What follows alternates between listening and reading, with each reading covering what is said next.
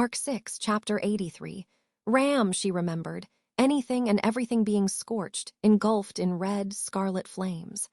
The decadencing days, calm and stagnant, met an abrupt end.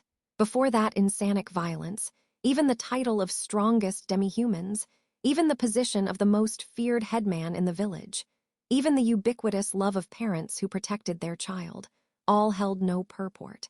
It was regrettable that she had been late to take notice of the slaughter's rampancy. No, this time, perhaps the tactfulness of the opponent was worthy of praise. They were detested, shunned, ostracized by the world. Therefore, they lurked in darkness, erased their presence, silenced their noise, and had knowledge of techniques to draw near unnoticed.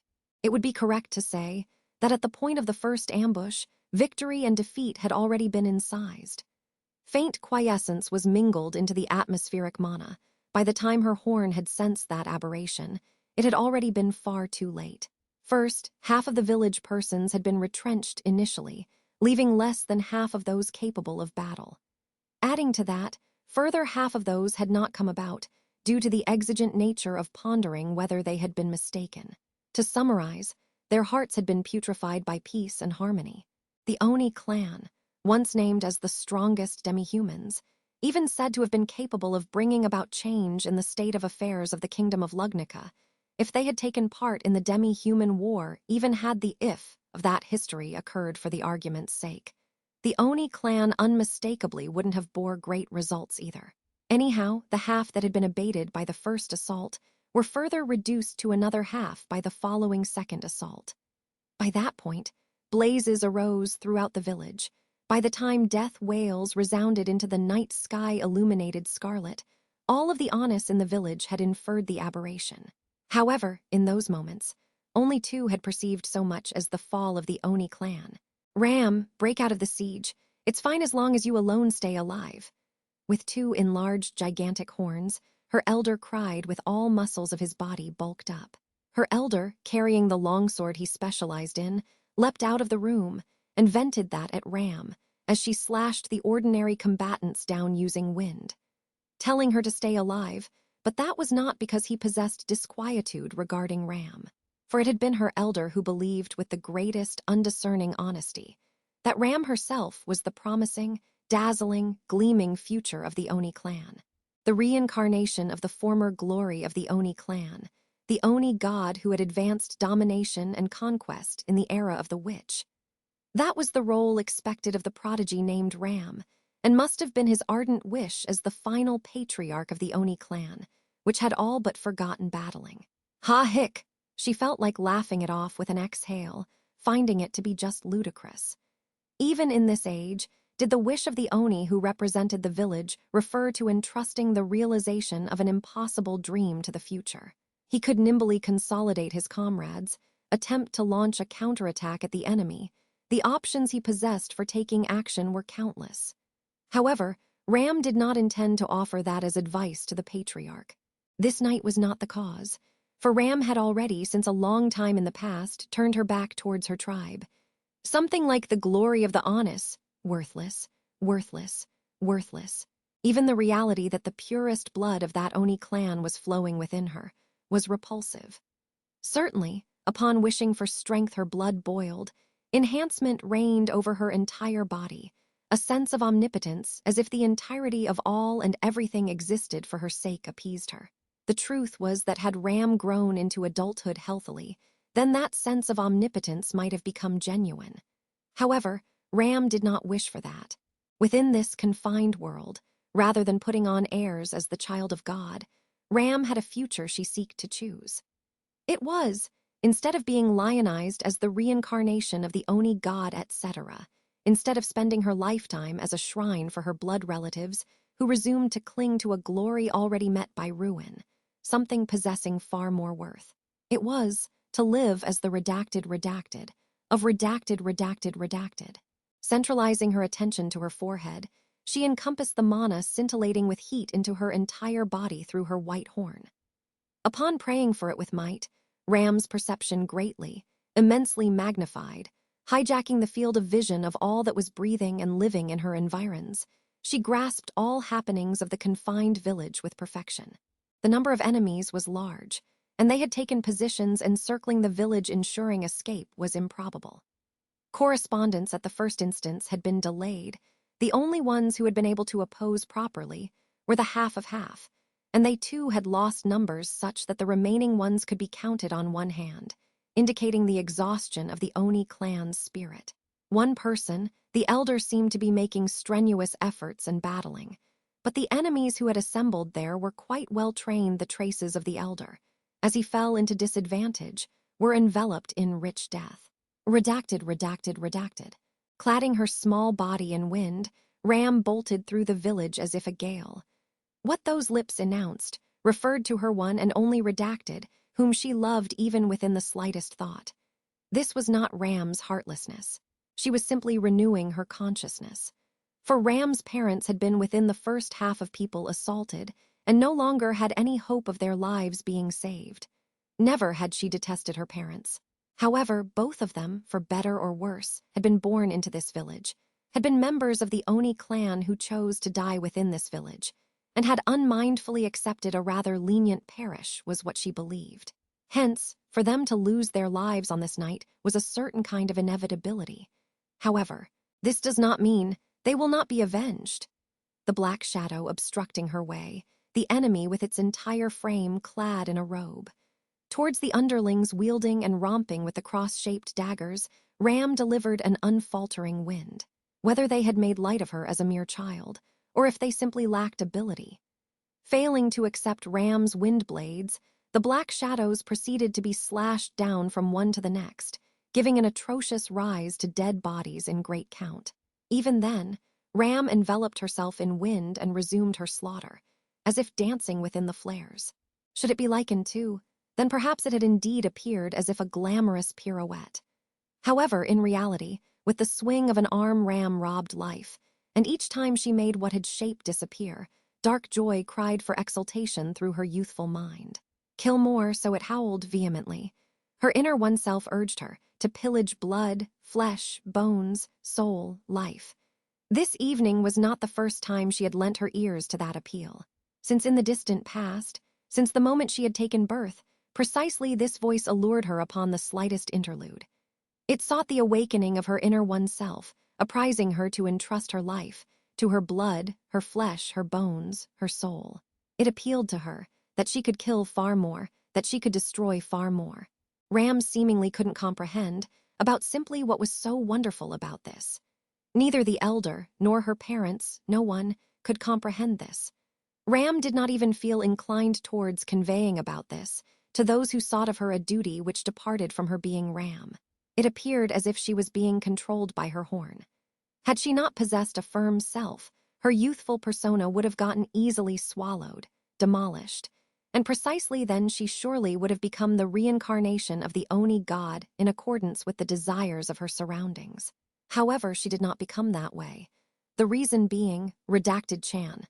Called by a shrill voice, upon turning back there she saw redacted, irradiated by the blaze. During that instant, a surging wind dispelled the obstructive crowd of black shadows away, blowing them away into fragments in one go. And making haste, Ram headed to redacted, gaze pervaded with fright, with no strength in legs. Redacted had collapsed at that spot.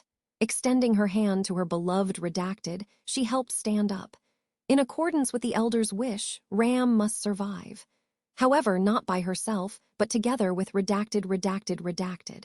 That had been the instant. Ascertaining redacted's safety, for but a moment, she let her guard down.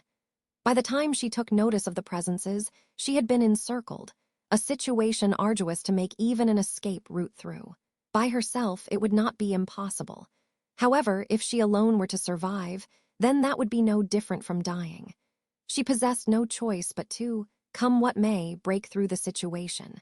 For that purpose, she shall unfasten all shackles sealing her might, and impel an enraged wind towards the enemy. That must have been an interval within her heart, sired by the sense of omnipotence she abhorred. The black shadow slipped through the blades of wind. The single burnish it fired tenaciously afflicted her forehead, her field of vision fulminating. Reclining due to the enormous impact, whilst tasting an excruciating sense of loss, Ram gazed. Steadily, swiveling, towards the scarlet night illuminated by the blaze scorching the village to knout, gyrating, a white horn soared. Apprehending that was her own horn, her slim throat gave way to a screech, begotten by agony and sense of loss.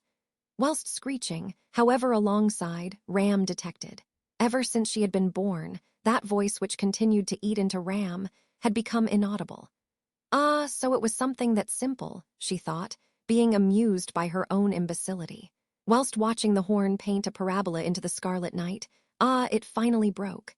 So spoke her mind. The scene changes. Devoutly, fervidly, the black earth dragon absconded from the field of vision she shared through clairvoyance. On its back was the young girl, bound to be Ram's cherished other half. One of her wings, unremembered, absent, having bequeathed merely a gaping void of loss, Rem! Apprehending what meaning this held, Ram's heart tremored with rage. Though exasperating to admit, Ram had managed to regain a part of her strength of heyday owing to Subaru's cooperation, and that potency had overpowered the Sin Archbishop of Gluttony, Lay Baiting Kato's, slowly cornering him into disadvantage. Ram herself could affirm that in terms of simply killing him, she had attained a countless amount of opportunities. However, the vexatious authority he had been endowed with, the existence of the power and ability to eat the memories and name of the opponent, made Ram hesitate in imprudently taking the life of that blasphemer. A judgment compelled by, not kindliness, but necessity. But the result remained the way it was, the result. Resultantly, Baiting Kato's freely utilized his authority and made a safe escape before Ram, and with the same momentum, headed to secure Rem's person, Ram's other half. His aim was obvious, because he possessed conviction that he shan't win, even if he were to uprightly battle Ram. Fighting face to face, and upon the instance of discerning drawback, withdrawing and altering the way of action. Sin archbishops were no warriors. They were existences who acted with avarice for the sole purpose of fulfilling their own desires, possessing not a single reason to be concerned with what path ought to be taken for victory. Thus, he plotted revenge against Ram, who had made him taste humiliation, and to further curtail the time limit placed onto the hornless Ram using Rem's memories, which he had stolen as basis. Infuriatingly, that strategy was the optimum solution. Should he seize and gain control of Rem's person, he could incapacitate Ram with ease. Even should that not be, should he buy any more time, then this camp's war potential would suffer an immense loss. With the flow of time, her chances of victory diminished. Hence Ram must catch up to Patrash as soon as possible. Fortunately, Patrash, whom Rem had been entrusted to, was a ground dragon so intelligent, it could be said that amongst the battle array assembled within this tower, it was second only to Julius. Subaru and Beatrice had foibles, and Echidna and Meili had far too many unknown aspects to them. Those like Emilia, who brandished an air of being unreliable, were outrageous. And though complicated, Baiting Kato's was evidently tormenting Patrash. Despite being capable of running it down in an instant at simply the thought of running it down, Baiting Kato's had intentionally waned his onslaught, cultivating an interval through his pursuit, and had been taking joy in a hunt emaciating his prey, all for the sake of sharing his field of vision and scorching this spectacle into Ram's memory. She could no longer allow him to take any further arbitrary action as per he pleased Ram. It had been the moment she was enveloping herself in wind, seeking to break into a sprint. Her field of vision, aiming for the floor above the spiral staircase, obfuscated, and for an instant, clairvoyance came undone. Whilst maintaining the projection of Baiting Kato's field of vision in her right eye, preserving her own field of vision in her left eye, the scenery blurred further. That was not all. The heavy exhaustion she could not feel till now, and the jip and affliction as if her organs were being churned by an invisible hand, descended upon Ram herself. That was, indubitably, the effect of weariness Ram was ordinarily made to taste. What Subaru a bombasted he shall take over through some kind of an authority, the indemnification bound to eternally eat into the hornless Ram it, rebounded towards Ram. What dawned upon her forthwith was the possibility of Subaru having died, vainly and uncouthly. However, She could judge that wasn't the case due to the lightness of the burden rebounding onto Ram. Though merely for a few minutes, taking the might Ram had brought forth into account, its indemnification shan't be this meager. It was supposed to be such agony that it should be no peculiarity even if she were to literally vomit blood and oscillate. The fact that that had not occurred, though an unforeseen circumstance had taken shape, implied Subaru had not unreservedly withdrawn from the war front. Otherwise, a progression of events entirely contrasting the occurred happenings also came to her mind. Namely, a disaster which Subaru was obliged to take up had occurred onto someone else's body, beyond the burden of Ram's body. Ram. Beatrice Sama or Meili, Knight Julius. Her mind drifted in that direction, but affirming that answer held no significance. What was momentous was that it had now become onerous for Ram to bring forth the might akin to what she had earlier, which had succeeded in overpowering Bait and Cato's. In terms of shackles, merely one was unfastened. Should she strain herself, it would be feasible for her to unfasten the second one, though that too couldn't be persevered for more than a few tenfold of seconds. Thus, in this plight, would she truly even be able to win against Lay Bait and Cato's Ram? Why become so weak-kneed? There is no choice but to follow the plan for winning. Even whilst she was spending her time this way, the possibility of her camp's victory continued to be diminished. Now, for once, nearly missing her step, Ram stepped on the steps and darted upwards of the spiral staircase. Whilst feeling the void of absence throb, sensing as if she had also, in the past, whilst panting, chased after her younger sister being pursued just like this, the scene changes. Dada June! Stranger, haha. Truly, it sure is nice see. You sure are doing your best holding out, despite being just a ground dragon, who H. Whilst continuing to lacerate its scales through the casted daggers, he commended the black ground dragon scampering through the narrow aisle. It was bleeding through the slashed and gouged wounds. Painful to even look at, however, the ground dragon decisively made a prudent escape, completely discarding its own conditions for victory. The divine protection of wind evasion was a hallmark belonging to all species of ground dragons.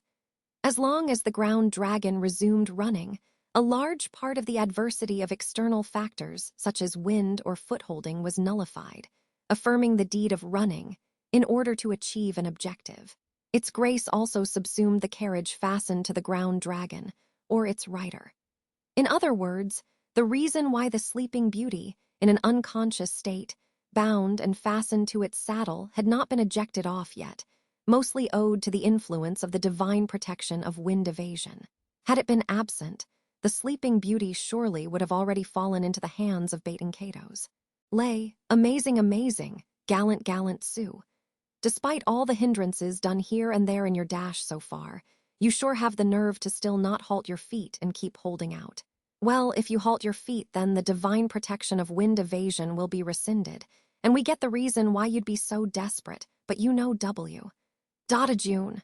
Lay. Ground dragons, aren't they nice? They're indefatigable, and are devoted to their masters. Surely, had you been a human, we think you would have certainly made for one mouth-watering platter for us of gourmet Sue. But. Though lamentable, our stomach can't get filled by a ground dragon Sue. In possession of will, in possession of a soul, in possession of memories, in possession of a name. Nevertheless, the authority of gluttony couldn't eat that, belonging to all which nowise was human. Thus, Bait and Cato's could not adore and cherish the ground dragon, directly confronting an enemy onerous to oppose with such desperation and earnestness, through what was the greatest medium of doing so for himself. Despite him drooling over simply how delicious it seemed, he could not eat it.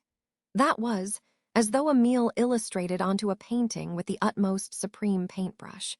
Rice cakes illustrated onto a picture couldn't be eaten, though a phraseology like that did seem as if something he had come across. Lay, that's it. That's completely it.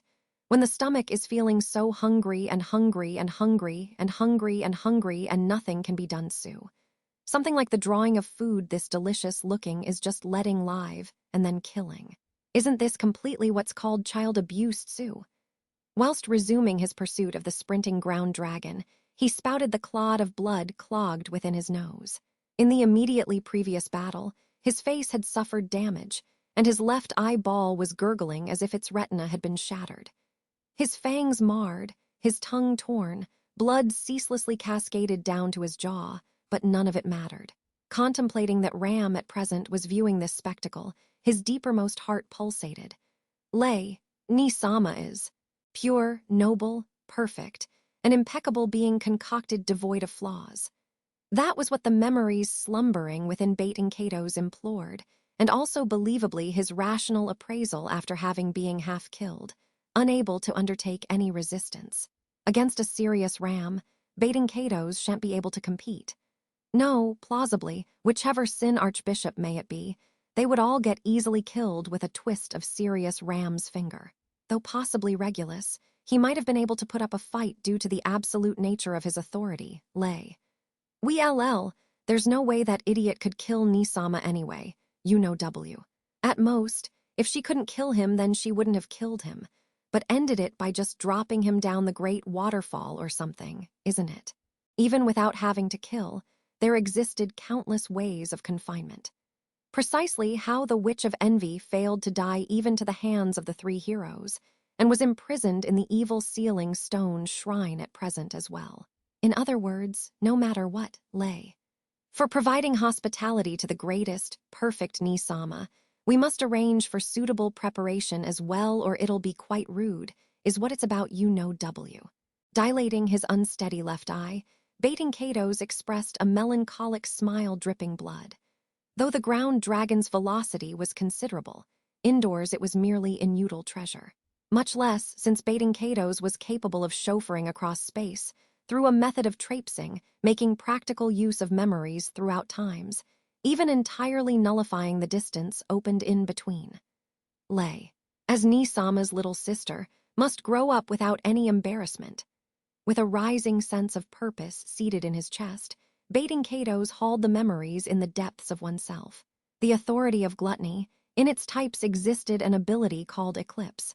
It could concisely be classified into two parts, solar eclipse and lunar eclipse, but its use was extraordinarily difficult.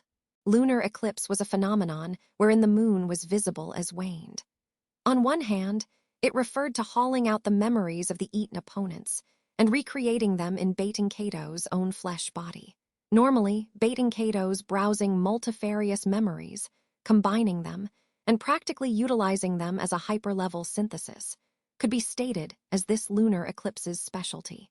On the other hand, solar eclipse was a phenomenon wherein the sun was visible as waned. Denoting here a technique wherein not simply the memories of eaten opponents, but to cover oneself with their existence itself, utilizing them in accordance with their original specs.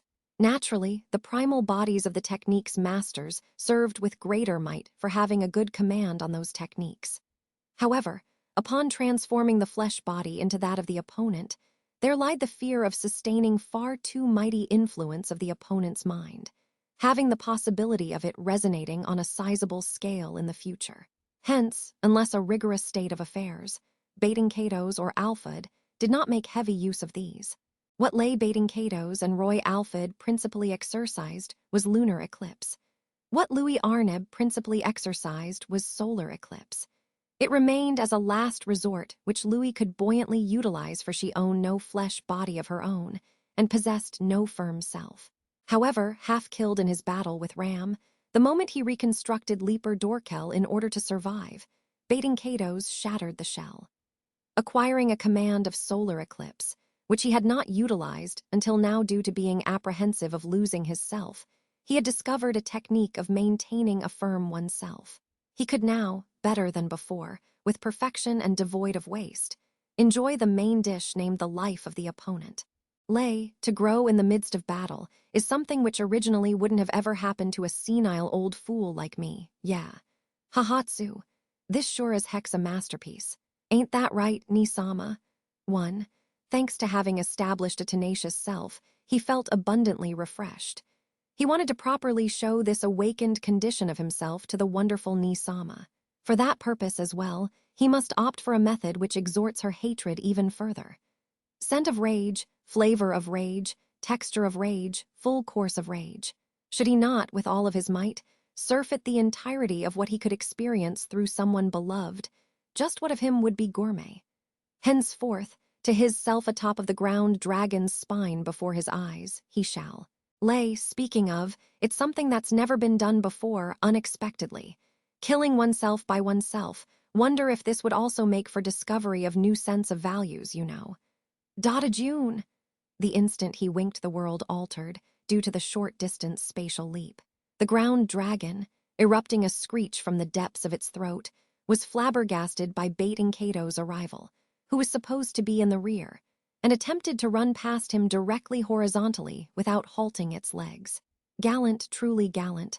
However, gallantness served to be nothing but a spice of the tragedies in future. Lay, palm of the fist king. The oscillating strike of the fist, vigorously stabbed into the ground dragon's flank. Ordinarily, the strike would be fired by baiting Kato's petite stature, but that wasn't how it was for baiting Kato's, who had been awakened by witnessing the abyss of death and had acquired novel strength by shattering the shell. Niji Rockhart's original body drilled and penetrated the impact through the ground dragon's torso. The fist of the Fist King, which had vanquished even enormous full-body armors in countless fights to the death in the Gladiator Island.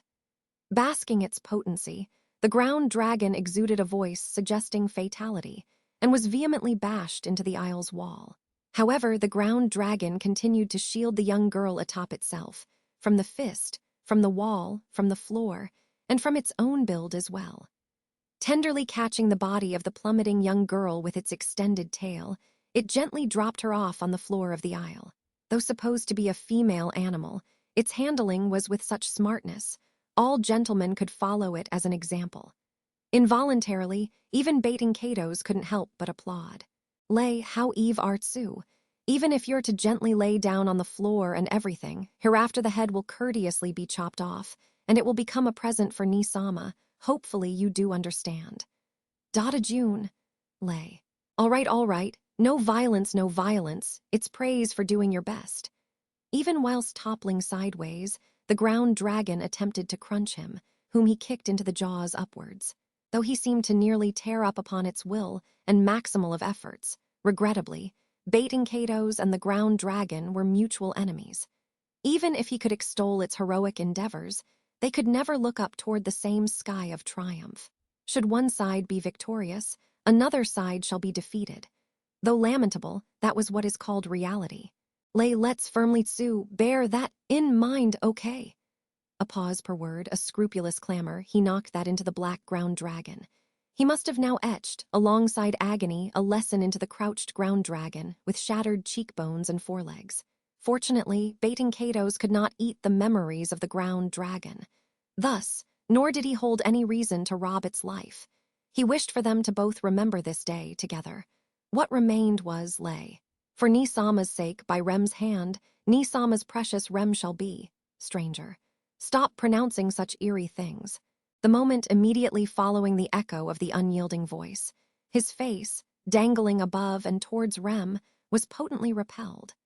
The face raised upon the reverberating voice, it had accepted the direct hit of two heels approaching from the immediate front. Subsequently repelled to the rear, baiting Kato's glided through the floor on his back. And lay, "Ah-ha-ha-ha-ha, so you finally were kind enough to catch up, Nisama. We, us. Rem and we all had been a weighty NG. Too steadily, he got up from a sprawled posture through merely the strength of his feet, and upon gazing at the facade of his beloved other half, he observed Ram making an expression as if her first instance of witnessing something. Ram, in this short while you certainly became considerably ugly. The scene changes. Ram, in this short while you certainly became considerably ugly. That had been Ram's candid impression, having caught up to a terribly foul and malevolent game of tag. Baiting Kato's field of vision remaining in her grasp, Ram had headed to the locust, dragging her flesh body in a state of incomplete liberation, placing her trust in Patrash's tremendous efforts. In that aisle shorty distant from the spiral staircase in the fourth layer, she had discovered the form of the ground dragon which had been tormented to the point of triturating, and Rem who had been put to sleep by its side, and the one who had been playing tag with Rem. Lay, ugly you say, Nisama is cruel? We so much you know W. Cherish ni sama so much so much. Unascertained, his articulation revolved, speech and conduct of reason disarrayed into fragments. The cause surely being it inducing abnormality onto his mind. Ram could know, perhaps anyone could comprehend that with a single glimpse. For baiting Cato's form was in an equally distorted condition. Lay, reconstructing the hauled memories in his flesh body, and facsimiling the shape and form of that opponent was supposed to be baiting Cato's ace in the hole, as she had priorly witnessed. However, it seemed to be a forbidden card for baiting Cato's as well, and the form of gluttony before Ram's eyes was any amongst all of the hauled memories, yet none. They were blended together, flabbily, with a part of the bald old man who had leaped through space, with a part of the corpulent giant who had taken no damage from Ram's blade of wind, with a part of the martial artist endowed with combat ability reaching holy precincts, as well as the physical features of variegated and profuse other humans, composed the ghastly, ominous appearance of his body. The length of his right hand and left hand, the size of his hands was dissimilar. Tactlessly, even parts of his face were disparate and appeared as if referring to that of someone else. The remaining traits of the former baiting Cato's, if anything, was the expression of his eyes, but even that may have become a borrowed article by now. And it rather seemed that baiting Cato's himself remained ignorant to this distorted circumstance. Baiting Cato's had now come to be something that was nobody. Before all else, an existence who resumed to specialize ransacking the memories of others may have been deficient in having a firm foundation of what is called self. That being the cause of origin, he broke. And what had taken birth in Lu was a Ram, monster posing as Rem. To be truthful, never has Ram been this infuriated. Whilst glancing down onto the face of younger sister, whom she knew as fragments burying the damaged place of belonging, Ram embraced revulsion for baiting Cato's who had appended her traits in a part of his face as well. Impressive how he could provoke someone with such precision. Subaru and him would have made for a good competition of who could irritate more. Ram, you did wonderfully, Patrash. Take Rem and stand back. Dada June, with even its responding voice frail, she covered for a bleeding Patrash to the rear. Whilst dragging its large build, Patrash held Rem's nape in its mouth and withdrew, seeking to keep distance from the battlefield Huron. But, that shan't do, Nisama. That is a valuable hors d'oeuvre, because before surfeiting the main dish, garnishing is indispensable, you see, Ram. Kindly die. Lifting her leg up to her head, she commenced her sprint with her palm turned towards the face, seeking to state an irrational line of argument. The blade of wind swirling therein was a minute storm concealing the potency to tear up everything atop of the opponent's neck into shreds. With the matter having come this far, Ram abdicated holding back. As a result of having tormented him without killing him, searching for a way to restore memories, she had endangered Rem's person, and as a matter of fact had invited a situation wherein Patrash sustained immense injuries. Ram shall accept the weight of that truth. She must offer her heaviest apologies to Subaru, and in order to never repeat that she realized her intent to kill. Even if she were to take the earlier utterance of a destroyed mind into account, the possibility of gaining a decent answer from baiting Cato's was slim. Putting two and two together, this opt seemed correct.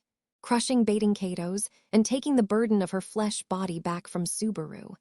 On top of that, returning Patrash and Rem to the green room, and Ram should likely head to back someone else. That was how far her plans went. Ram. On the brink of tearing his face apart with the storm, Ram gazed at the yielded alteration, in awe. It was not anything else. Once again, change had been generated in baiting Cato's outward appearance. That was all. However, for nobody but Ram, that had been an alteration difficult to let pass. On the forehead of that face wherein a plurality of features had assembled, a single white horn was summoned. Ram, that is.